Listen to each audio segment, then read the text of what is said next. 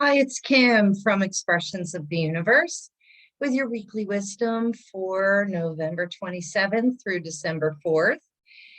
And we are on approach to a new moon in Sagittarius and a total solar eclipse. I have your cards and stars, cards for all zodiac signs. And let's get started. So I was going to use the Wild Goddess Oracle, that brand new deck that I got a couple of weeks ago. However, in total Kim fashion, I had a thermos of coffee in my purse and I didn't I didn't screw it on tight enough. And I had that deck in my purse. And now it's saturated with coffee and the cards look pretty ruined. I have them sitting in front of my heating vent, hoping that they dry out. So I will be using the Shaman's Oracle deck for all zodiac signs. And what else? I have so much. There's so much this week, but let's get started. The goddess of the week is Oshun. And let's see if I can get her in there good enough. Can you see her? She is gorgeous. And I know that I have featured her before. She is the Yoruban, I think it is, river goddess from Africa. And she just speaks of the sun. So when I was shuffling the last final cards for the goddess cards, because I've been featuring one per week for all 52 weeks of this year, she came flying out of the deck. And I said, you know what, I'm going to stop right there and take her because we're on approach to the solar eclipse. And her theme is generosity, but she's so much more than that. So she speaks about all the things that we are blessed with in life. Air to breathe, life itself, air to breathe, hopefully food and water to eat and drink, a bed to sleep in or a place to sleep in, all of these things that we take for granted often. So she asks us to be generous back, no matter how big or how small. It could be an energetic generosity, just giving somebody blessings and good wishes is of giving of yourself. It doesn't cost any money. Being kind doesn't cost any money. And that generosity will come back to you. Now, if you're fearful about being generous because you may not have enough, you're actually blocking your flow. So I will talk about her and channel a message from her and post it on Facebook and Instagram, probably Monday or Tuesday. And we'll see what she has to say. Maybe closer to the end of the week. I don't know. We'll see how I feel. You know, I got to feel it out in the mornings. And then I know the timing is right. But I just love her because I feel as though she is that solar power with all of that beautiful yellow color. And she's just beaming with this energy. So that is the energy I want us all to be carrying. My crystal of the week is lapis lazuli. And I have quite the piece of lapis lazuli here. I could really harm somebody with this. I mean, it just weighs so much. This was gifted to me for doing a reading for somebody. And so the lapis lazuli, they used this in ancient Egypt in many of the headdresses and jewelries, and it is filled with gold. I know you really can't see it very well, and I do have some smaller pieces. This is a great third eye chakra stone. It's also really good for your throat, which opens up your ears and your voice, allowing you to speak your truth, but allowing you to really listen. And that is going to be part of my message this week. So that is what I'll be using in addition to the moonstone. And I just wanted to show off something new that I got. I got these peach selenite balls, and I'm just obsessed with them. I just can't stop playing with them in my hand. It's peach selenite, and they just keep picking up the light. I know you can't see it well on this camera, but it's almost as if they're glowing in my hand when they're moving around because they're picking up and absorbing the light in such a way. I don't know. They're pretty amazing. They're really giving me some really good energy, and I need it. Also, too, Ocean, before I let her go, she is card number 40. And so immediately, whenever I see the 0, I think of boundaries, putting up healthy boundaries, especially about the way you feel with your material abundance or the lack thereof. Also, the boundaries of not allowing people to take too much from you, allowing reciprocal relationships. So, you know, the give and the take. And then the 4 is perfect for this week because we're coming into really creative period because Neptune will be moving direct on December 1st. Hopefully maybe clearing away some of the fogginess, but the aspects looks like it's going to be very foggy, very misty, unclear, and creativity, allowing the beautiful side of Neptune, the music and the art and the dreaminess to play through. So I think that this makes her even more perfect for this upcoming week. So let me pull cards for all signs, and then I'll get into the astrology. I have a little slideshow with the charts, and there's just so much going on this upcoming week. But it's not all bad. It's really a mixed bag of some really beautiful, smooth, dreamy, intuitive energy and a little bit of tension. If I had to rate this week coming up, just given that there's a solar eclipse, it is a new moon, so it's a softer energy, but that total solar eclipse is really going to electrify us. So I'm going to give it an 8 out of 10 on the scale of, wah!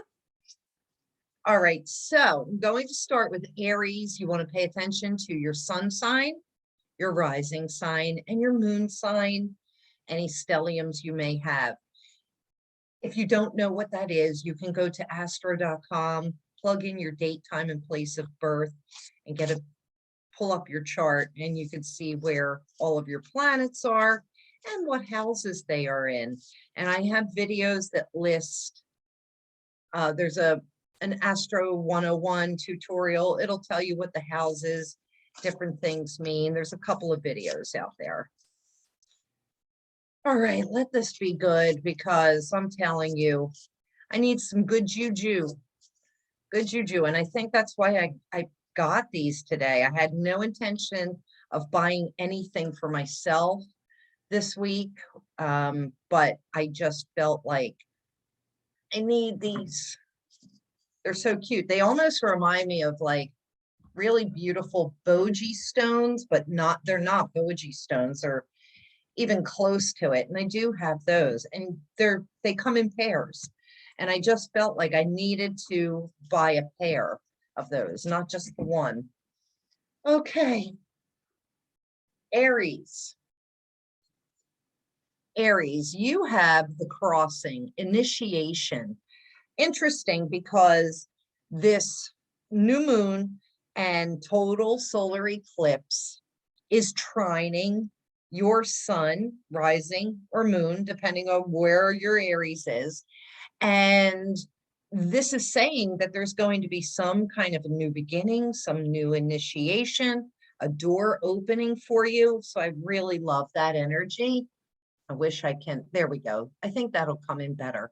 It's card 54. So changes are happening. You're going to find your tribe, your place of belonging. And it's through that creative open mind that you will find that and get on to your new path. Taurus. the wall, obstacles.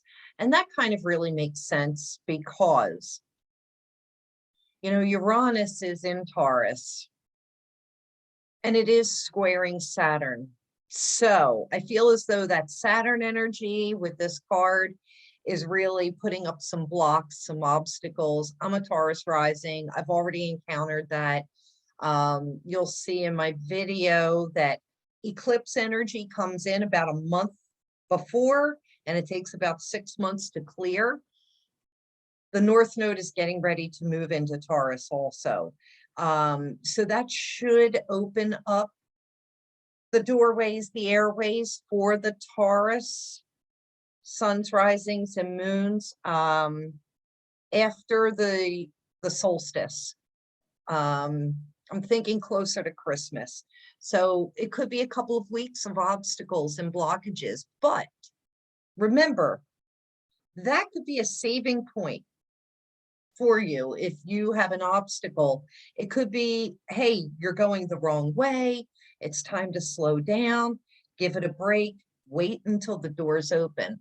It's card 56. So it does say a change is coming, a change in material. And I'm hoping that it's not like, you know, losing of a job is like the first thing that comes to my mind, but also a change in heart, change in opening up to new possibilities. And it nets an 11 because it'll bring you integrity and authenticity. Gemini, that's my sun sign. You have Moon Maiden, new beginnings. Oh, okay. Because I'm feeling very feisty this week, so I'm having to bite my tongue, so my tongue could probably get me into a lot of trouble in the upcoming weeks. I don't know about you, but Moon Maiden is coming in talking about new beginnings. So something, what's really interesting, thinking about me personally, also, if you are a Gemini, this sun, total solar eclipse, this new moon is opposing your sun. It's directly across from. So this moon is actually illuminating something brand new, opening up something with this moon.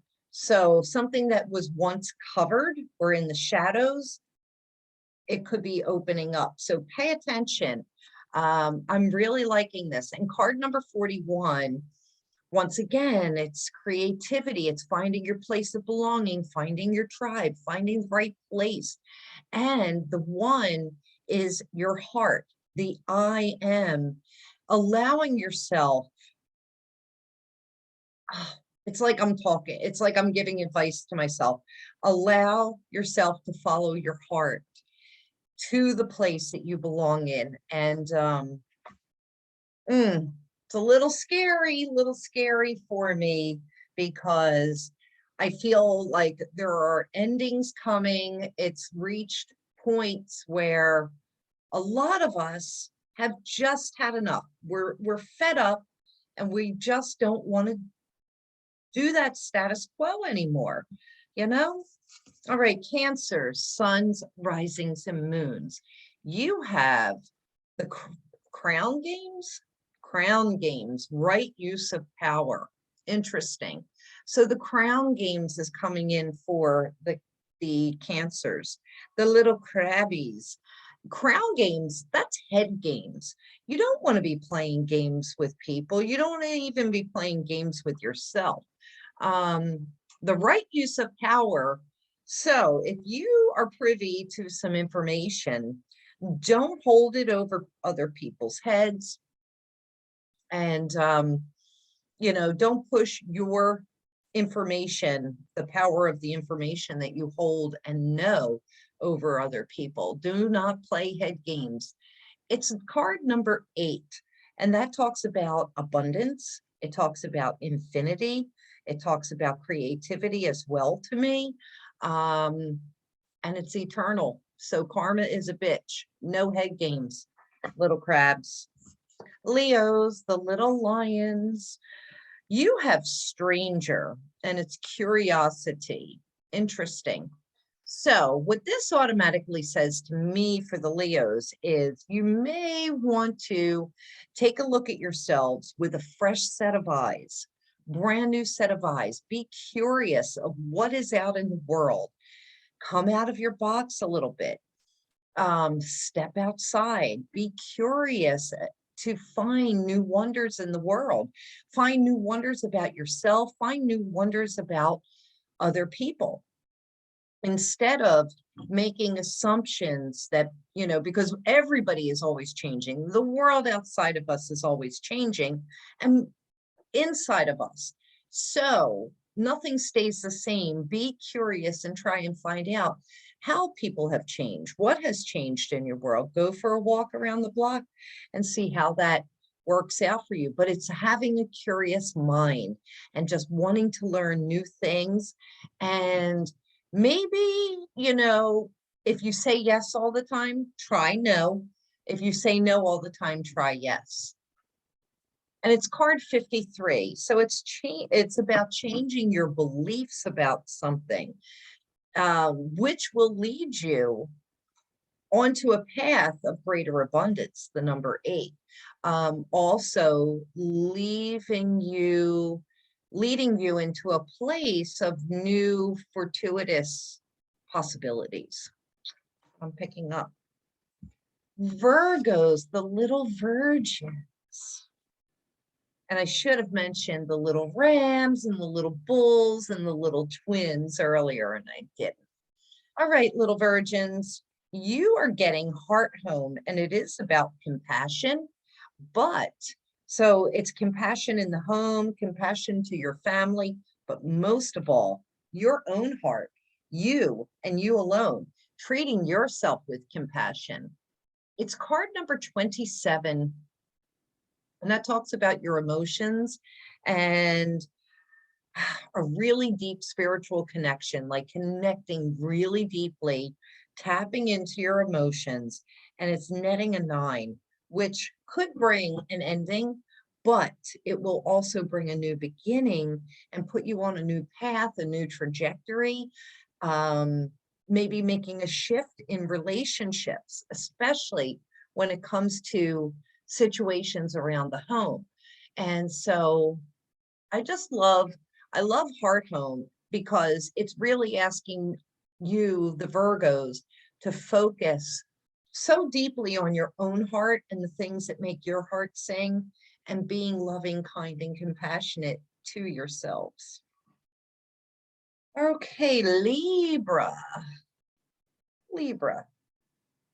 You have straddling worlds, wandering between the realms. Interesting. So whenever I see a card like this, it's like you have one foot here and one foot in a new life, in a new place. Libras, you could be wanting to take on a new venture. You're ending one chapter, beginning another, but you're still like in that in-between world. It is very possible that you have one foot in the living realm, one foot in the other realm. So be really careful, especially on a total solar eclipse. It's card number, oh shit. I really want to get LASIK surgery. I don't know if I can because I only need this to read. I can see very well otherwise. It's card 52. You're changing how you feel about certain situations.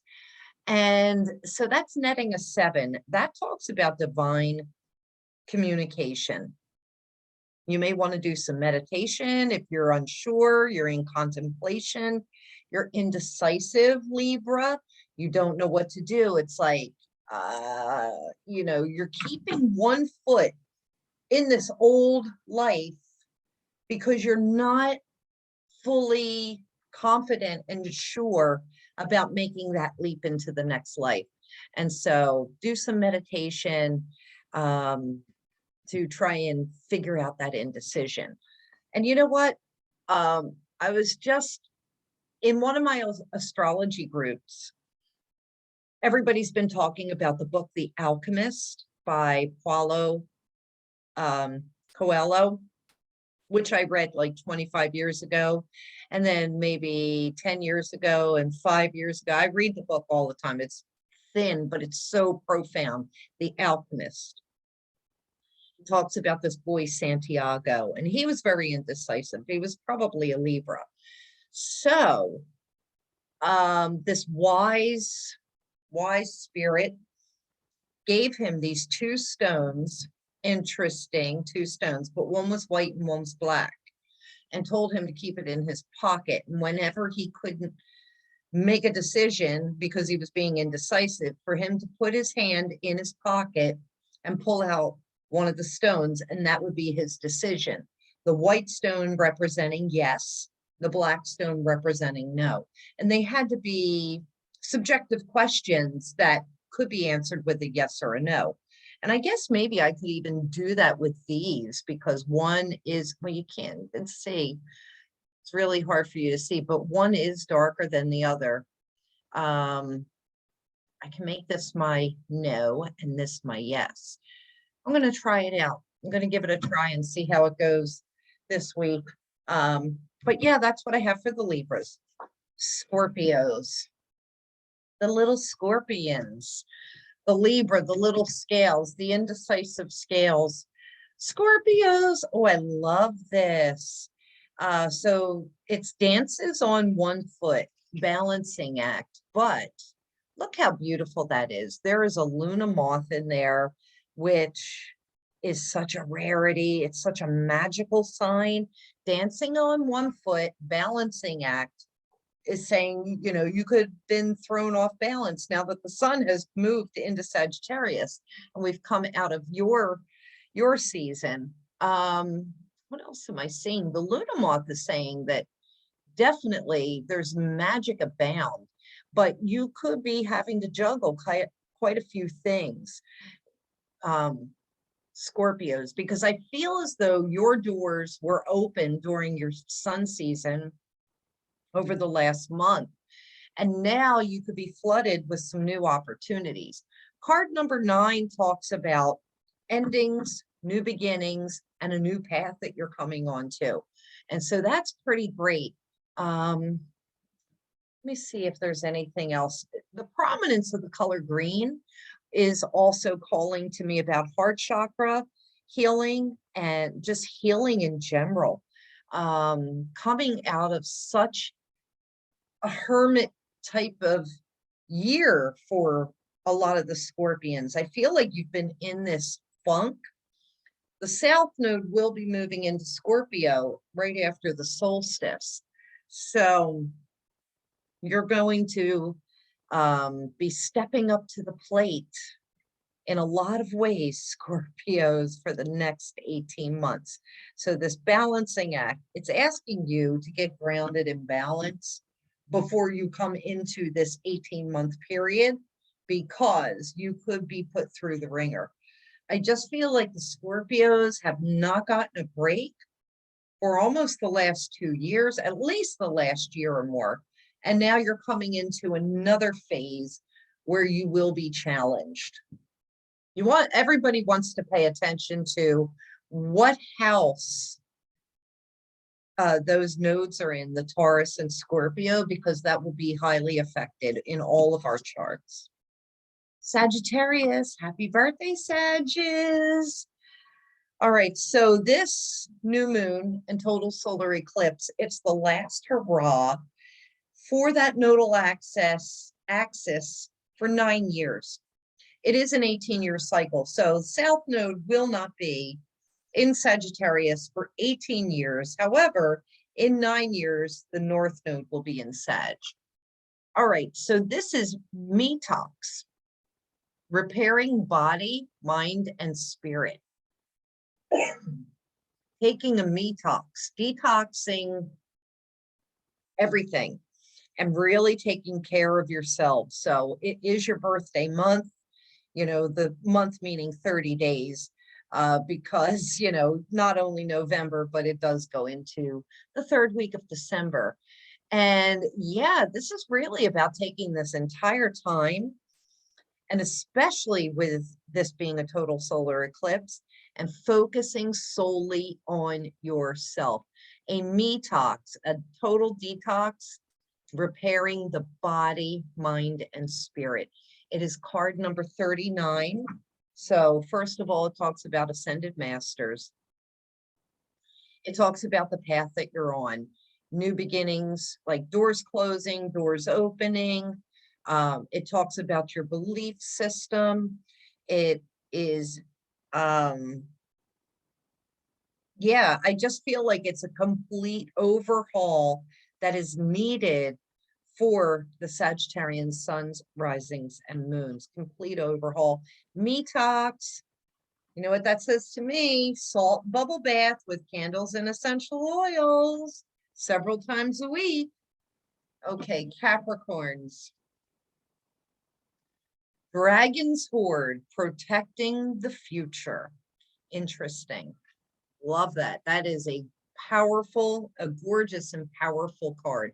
So the Dragon's Hoard, protecting the future. What that is saying to me is you need to take an assessment at this time of everything that you have, everything you think you may need, and putting up reserves, putting up boundaries around those items, those things that you value. But most importantly, you're setting yourself up. I'm just seeing this in my head, setting yourself up for a future. So you may be learning something brand new. You may be taking time out to set up client schedules for next year, taking a look into the future. How do you want to work? How do you want to live? It's like an all-encompassing with this powerful, powerful dragon. And protecting the future is about asking for what it is you truly want of yourself and of life and the people that are in it. And that's part of that protection, like making agreements with people. Like, I don't want things to be like this. I want them to be like that. So you're really setting yourself up for the next phase in your life.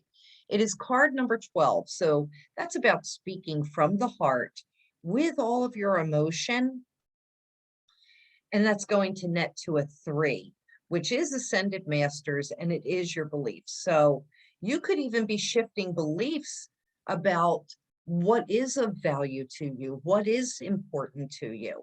I think this is a really good card for the Capricorn suns, risings, and moons, because you're doing like a 30,000 foot view, overlooking everything in your life, seeing what's of value, taking and hoarding that away, whether it's energy, whether it's actual material items, relationships, how you want things to go. So I think this would be a really good time for the Capricorns to journal and put down on paper what it is you want, setting your intentions. Aquarius, closing door, completion. Interesting. So it is what it is. And it's card number 5, which is an ending. Something's coming to an end for the Aquarian suns, risings, and moons. A door could be closing for you, but that means that a new door will be opening. This is tying up loose ends. This is wrapping things up. Interesting, because Jupiter, the sign of abundance, is currently in Aquarius and will be moving into Pisces pretty soon. And so that whole phase is coming to an end. And I just feel that there will be some really big shift, changes, endings, which would lead to new beginnings. Have no fear. The universe always provides for us. And then last but not least, the patient Pisces, the little fishes. You have many masks. And I think that this is great for the Pisces. The many masks talks about authenticity, being in integrity with yourself. Take your masks off and be exactly who you are. I think Pisces are often, they are so emotional, but they don't want to hurt people's feelings. They are often very self-conscious about what other people might be thinking of them. So they put these masks on and they try to be the person that they think other people want them to be, instead of being their authentic self, out of fear that either they won't be accepted, they might be rejected, and they don't want to hurt people's feelings. So it's like they cover everything up. Pisces are really good about covering things up and not showing them their true selves. And then it leads to health issues for the Pisces because they've buried how they feel, they've buried their emotions. Take the masks off, be your authentic, true self. And when you do that, and this is really good for anybody, when you take your masks off and be yourselves, if somebody doesn't like that, well, then they're not meant to be in your life. Because people that truly love you, they're going to love you regardless, right? And this is card number 38. Let me see, it is card number 38. So that does talk about ascended masters, but it talks about the beliefs that you have about yourself and other people. And the number 8, abundance, prosperity, infinity, creativity. It nets to an 11, which is authenticity, in my numerology anyway. So there you go. And I think a lot of these cards wound up coming out numerologically the way I would read numbers. So I hope you like that. Let's get into the astrology. I really just want to end this video and be done with it, but I do have a presentation. Before I get into that, December 1st, Neptune will move direct at 20 degrees of Pisces. It represents, and I do list this in my slideshow, liquids, anything that's liquid, water, oil, gasoline. So pay attention to that. Floods, leaks, and it could be informational leaks because Neptune also represents the media. So there could be leaks of information. It's fog, it's mist, it's illusion, delusion, addictions, pharmaceuticals, drugs, but it's also our imagination, creativity, music, art, and our intuition and our dreams. So a little bit of everything, but we could be still walking around in a little bit of a fog, but we could get a really great creative boost that's coming up. So I'm looking forward to that because I've been in a creative funk. Neptune going direct at the beginning of December also starts the opening gateway of Neptune and Jupiter coming together in April of 2022, which is going to be a huge expansion for our minds, for our creativity. Our perceptions of ourselves and others will start to clear. If any kind of shadow stuff starts to bubble up within you, if you're seeing other people's shadow, take a good look in the mirror and go within, because if you're seeing it out there, it's living within you here. So this is a really good time for that. And it's, what's interesting, so I started preparing my Pluto return of the United States presentation, and everybody's so focused on Pluto return. However, keep your eye on Neptune, the floods, the leaks, water, oil, gasoline, and weather, the fog and the mist. We're going to have a really hard time seeing through all the illusions and delusions. I think Neptune is going to play a huge role over the next 2 years. And people, astrologers, are not really paying attention to that aspect because it will be opposing the United States natal Neptune at 22 degrees. And you may not live in the United States, but guaranteed this Pluto return and this Neptune opposition is going to affect everybody in the entire world. So just saying. What else? All right, the rest I have on my slideshow. So let me go ahead and share my screen. You make sure that I have the slideshow up, my PowerPoint. I'm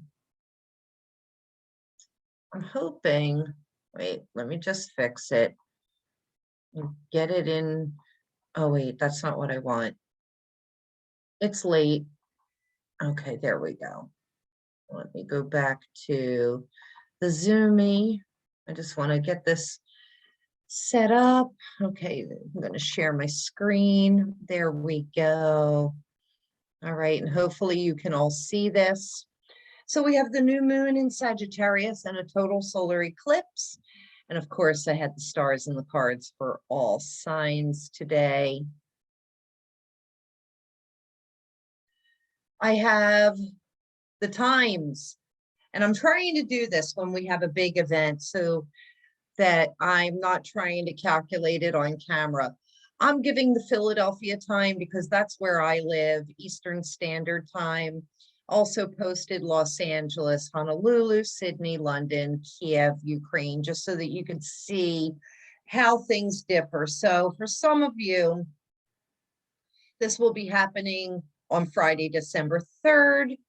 And for most of us, it will be Saturday, December 4th. I will say that this is a Southern Hemisphere event.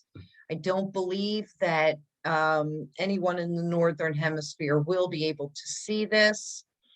I did include this from earthsky.org.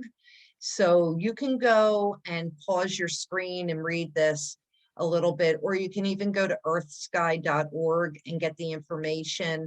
But it's all going to be Southern Hemisphere, the Antarctic, Falkland Islands, the Southern Ocean, South Georgia. That's part of the reason why I included the Kiev time, the South Orkney Islands, the Coronation Islands.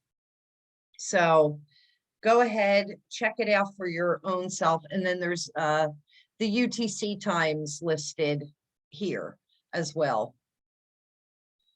And just to show you the difference in what the chart looks like. So I pulled the chart for Sydney, Australia, and you'll see that this sun and moon are conjunct at 12 degrees, 22 minutes in the 7th house, Sagittarius. However, when I pulled the chart for Philadelphia, it's down here in the 2nd and 3rd house. And it depends on also which house system you're using. This is a Placidus house system. If I used whole sign house systems, they would be in the same house. So does this mean that we are looking at 7th house issues, relationships, which I think we are, and especially because this is where it will be visible. That's also why I wanted to point that out. But here in my world, it's going to be 2nd house, money and values, land possibly, and 3rd house, communications. It's conjuncting Mercury. So you know something is coming out in the media. You know something about merchants, merchandise, commerce, travel is definitely something big is going to happen with travel.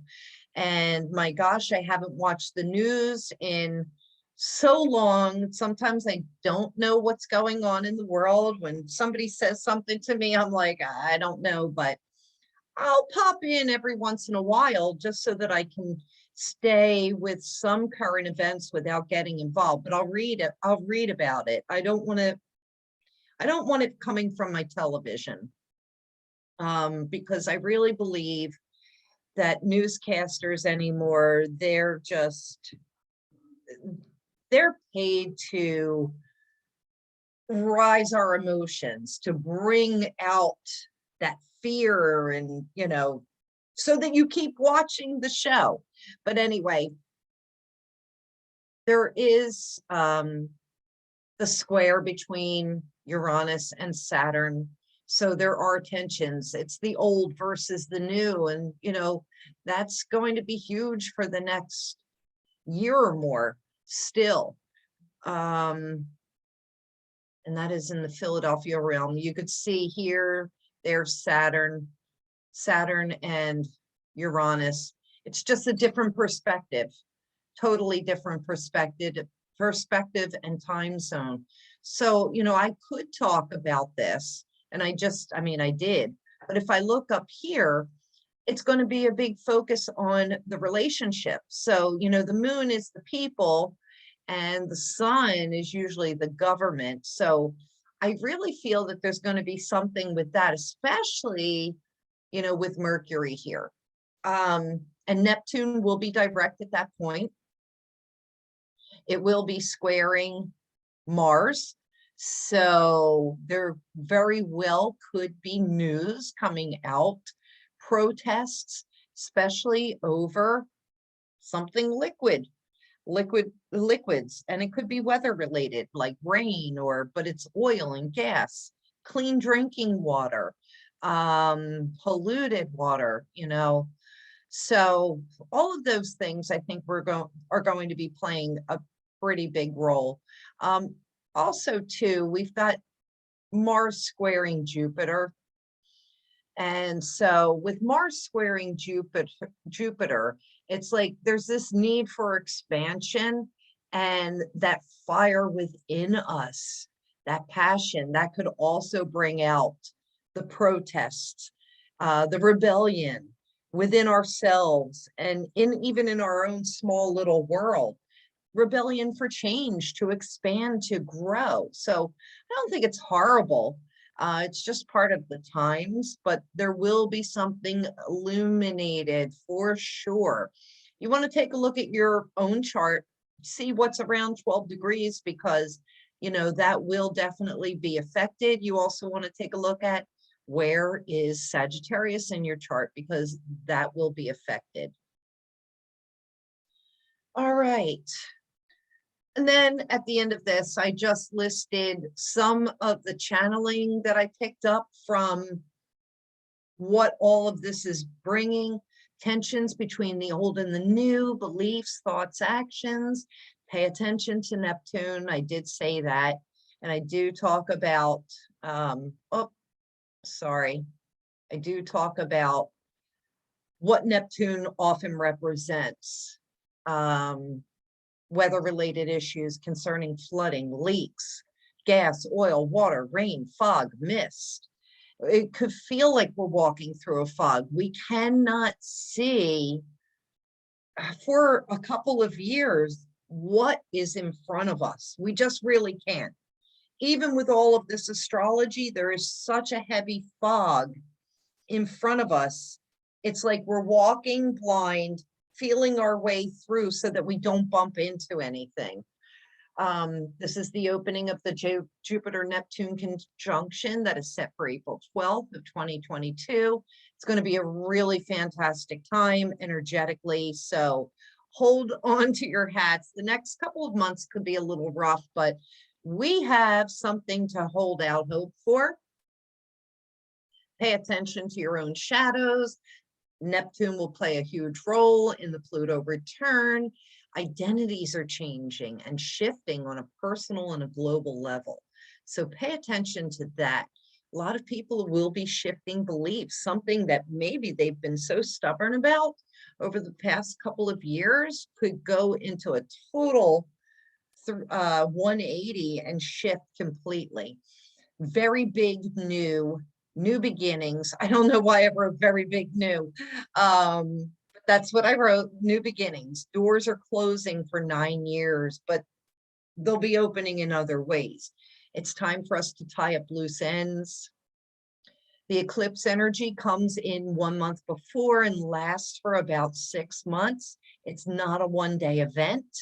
So you really want to take a look and see where this eclipse is happening in your own chart, because it will have a lasting effect.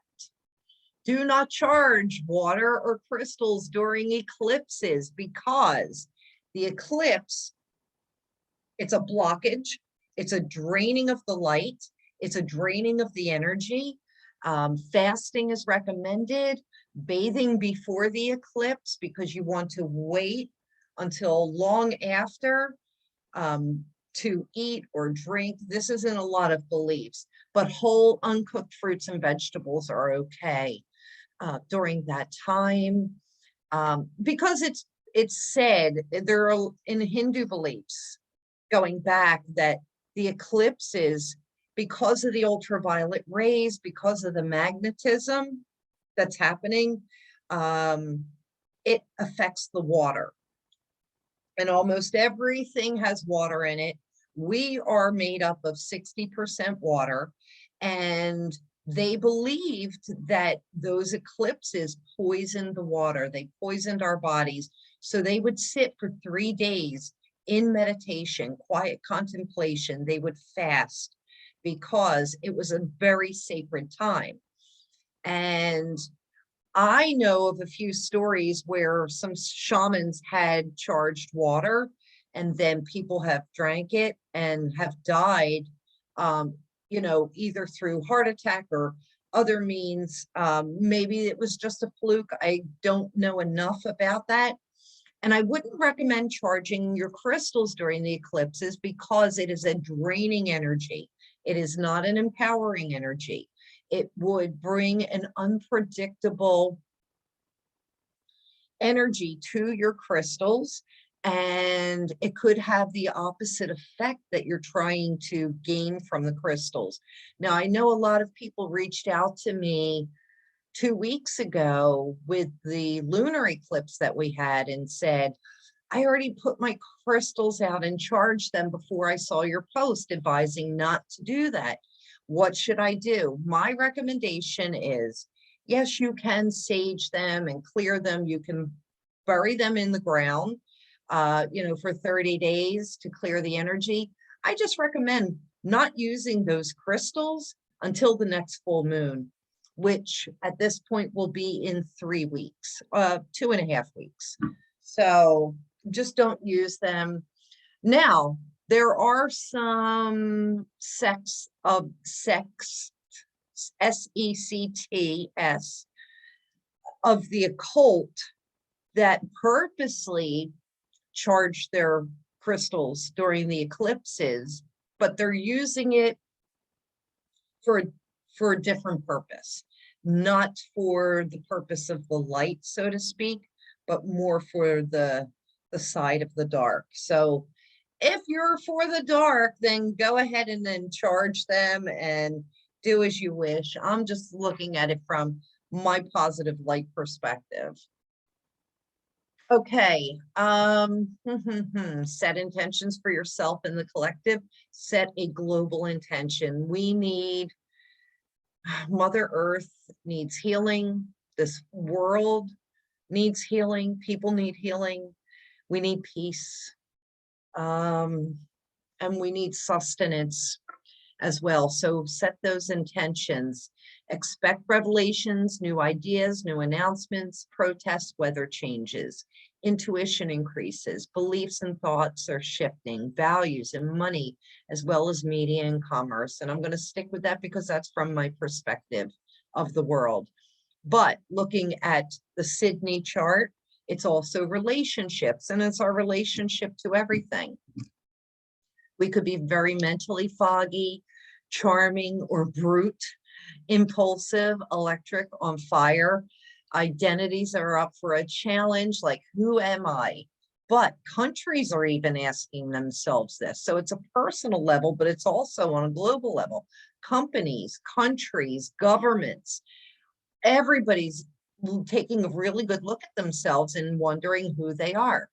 And be creative to unleash and clear your foggy mind. And I just can't recommend playing music enough. Play some really good uplifting music, not like music that's going to put you into a depression. And I'm going to put sticky notes up in my house to remind myself if I'm going through like a roller coaster ride, like I had a really crappy day on Friday, I chose to sit in that dirty diaper for a little longer, just because I'm usually never in a bad mood, and I was in a bad mood. And I was like, oh, let me just feel this for a little while. But as soon as I turn music on, I can't be in a bad mood anymore because I'm singing and I'm like, oh my God, I love this song. I haven't heard it in forever. So go ahead and do that. Get in your car and take a drive if you can. And last but not least, thank you so much for watching. Please check me out and subscribe, follow, like. I'm at expressionsoftheuniverse.com, and I'm on Facebook, Instagram, YouTube, TikTok, Twitter, Pinterest. I didn't put that on there. And I am having a flash mini reading sale. I have a few dates in the upcoming weeks, $25, and I'll do a little mini astro and pull some cards. And I know that I can get that done in the time frame allotted. I typically charge about 110 plus per hour. So this is a really good deal. And I saved these dates earlier in the year so that I could do this little flash sale, during the holiday season, get some insight. If you need, I could be looking at your chart and look up your chart. You would need your date, time, and place of birth, so I could do that. But I could let you know where this eclipse is occurring in your chart and where the nodal shift is occurring. And also I would take a look and see like if there's anything that really stands out. So yeah, I have a few dates and time slots available. So go check that out at expressionsoftheuniverse.com. I have it pinned on my Facebook page, and it's in the link in my bio on Linktree, so you can check that out as well. And yeah, if you have any questions, just let me know. Thank you so much for watching this. Thank you, thank you, thank you. And I'm going to leave you with one little last thing, because I'm thinking of the thank yous, the gratitude. We just had American Thanksgiving. And here's a little fun fact for you. So Abraham Lincoln, who was the 16th president of the United States, was the one to enact the national holiday for Thanksgiving in the 1860s. And so what's really interesting, though, is, his wife had astrologers and psychic mediums, or spiritualists, they were called back then. They were always consulting with that. And Abraham Lincoln had, intuitive lucid dreaming all of the time. It's very well documented. So when he made this holiday, and I'll probably be paraphrasing, he wanted it to be on the 4th Thursday of November, so that number one, well, first of all, let me back up. Thursday is Thor's day. Thor, Zeus, is Jupiter. It's just, depending on which mythology you're using. So Thursday, Thor's day, Zeus's day, is also Jupiter's day. The 4th Thursday of November, no matter what year it is, because the days change, the sun will always be in Sagittarius. Who rules Sagittarius? Jupiter. So there's the double Jupiter reference. Jupiter is the sign, and Jupiter Sagittarius is the sign of abundance and prosperity and that horn of plenty. Also, the color for Thanksgiving, it was chosen to be yellow, which also represents that sun in Sagittarius. And the most compelling thing is that when he announced that he was doing this holiday, he said it was to be a celebration of the Father in the heavens, something like that. I know that's a paraphrase. However, most people thought he was talking about God, but he was really talking about Jupiter. Look it up, check out the facts. It was all about Jupiter. So here, 16th president of the United States, Abraham Lincoln, fooled everybody, thinking that it would be a religious-ish holiday to give thanks for the blessings and the abundance that we've had all year. but it was really paying homage to the god Jupiter. So I'm going to leave you with that. Have a beautiful new moon. Set those intentions for yourself and the global community, the collective. And I'll see you. I'm looking to see where my camera is so I could stop this. I'll see you next week. Oh, Tarot Tuesday. I'll probably do a Tarot Tuesday live on Instagram and Facebook. So stay tuned for that. Love you.